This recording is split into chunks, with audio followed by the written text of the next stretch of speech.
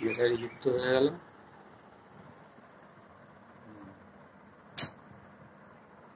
তামার তার জোড়ানো লোহার দণ্ড এবং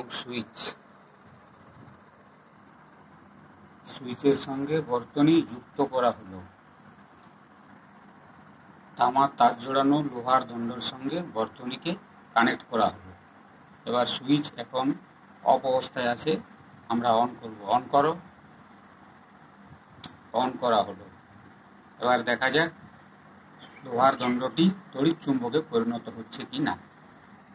এখন দেখি আমরা নিচে থাকা আলপিনগুলি লোহার দণ্ড দ্বারা আকৃষ্ট হচ্ছে কি না।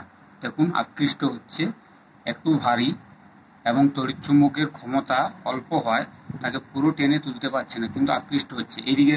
এইদিকের আলপিনটাকে দেখো, এইদিকের আলপিনটাকে দেখুন আকৃষ্ট হচ্ছে।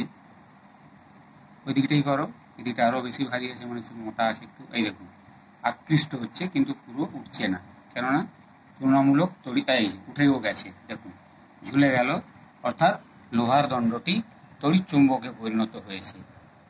এই ছোট্ট মেয়ের হাত দিয়েই আমরা দেখতে পাচ্ছি লোহার দণ্ডটি, তামার তার জোড়ানো লোহার দণ্ডটি পুরোপুরি তড়িৎ চুম্বকে পরিণত হয়েছে।